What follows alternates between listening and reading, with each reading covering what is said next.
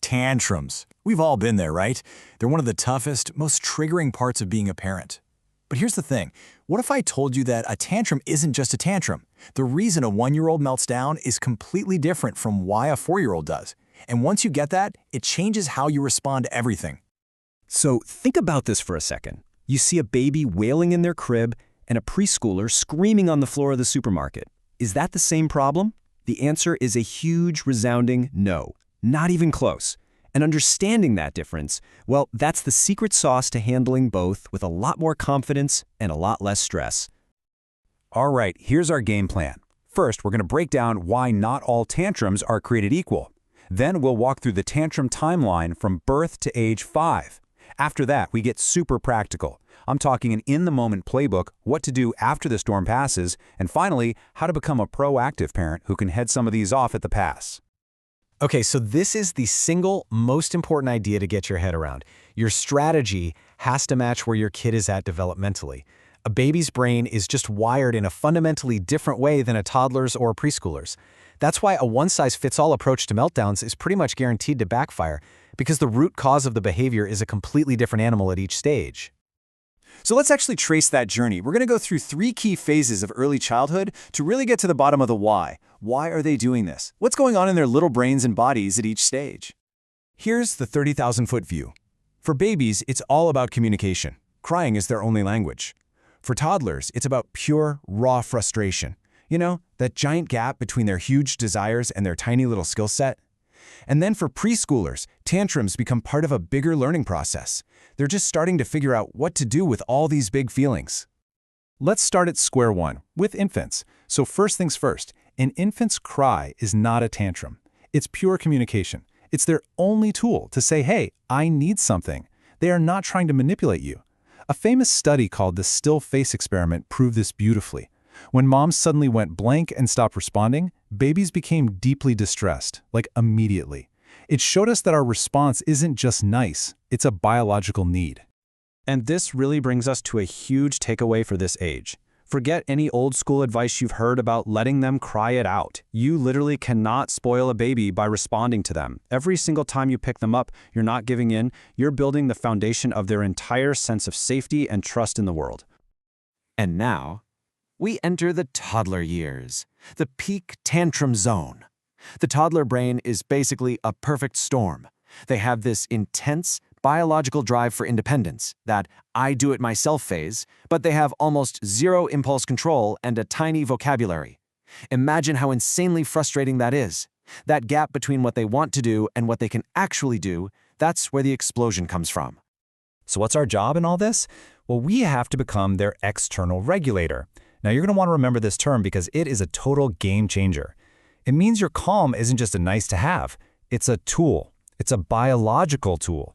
When your child's nervous system is totally haywire, your steady, calm presence literally helps their body and brain come back down. You are the anchor in their emotional storm. As we move into the preschool years, the good news is the tantrums usually start to get less frequent. Phew. But they can also get more complicated. See, preschoolers are suddenly aware of social rules. They might know that other kids aren't melting down in the library, so after an outburst, they might actually feel embarrassed or ashamed. They're not just having an emotion anymore, they're learning how to manage it in front of other people. Okay, theory's great, but let's get down to brass tacks. When the meltdown is in full swing, no matter the age, what do you actually do? This part is your step-by-step universal guide for navigating the storm while you're right in the middle of it. But first, a little bit of perspective that might just save your sanity. Take a look at this number, 3 minutes. According to research by Dr. Michael Potegal, that's the average length of a toddler tantrum. Now I know, when you're in it, it feels like 3 hours, but just holding on to the fact that this storm has an endpoint can be a total lifeline. Okay, here it is, your playbook. Number 1, always, safety. Gently move them, or whatever they might throw, away from harm. 2, regulate yourself. You got to put on your own oxygen mask first, right? Take that deep breath. Your calm is the most powerful tool you have. 3, stay close. Walking away can feel like abandonment to a little kid, which just ramps up the fear. Your quiet presence is a beacon of safety. 4, keep your voice calm and use very few words. Their logic brain is offline. Simple things like, I'm here for you. That's it. 5. Offer comfort, but let them lead. If they want a hug, great. If they push you away, just give them a little space but stay nearby. And finally, number 6, just wait it out. You don't give in to the demand, you hold the limit, but you ride out that emotional wave right there with them. The storm has passed. You're both totally wiped out. It is so tempting to just move on and pretend it never happened, right? But wait, this next part, the repair, this is actually where the most important learning happens. This is how you turn a moment of total chaos into a moment of genuine connection. And the best part? It's not a big, long lecture. It's just 3 quick, simple steps. First, you name and validate their feeling. Wow, you were so angry. It's okay to feel angry. This shows them that all feelings are okay. Second, you offer a simple alternative for next time. Next time you're that mad, you can stomp your feet really hard. You're giving them a new tool. And third, reconnect. Offer a hug, go back to playing. This is what tells them, my big feelings didn't break our connection. Your love is unconditional.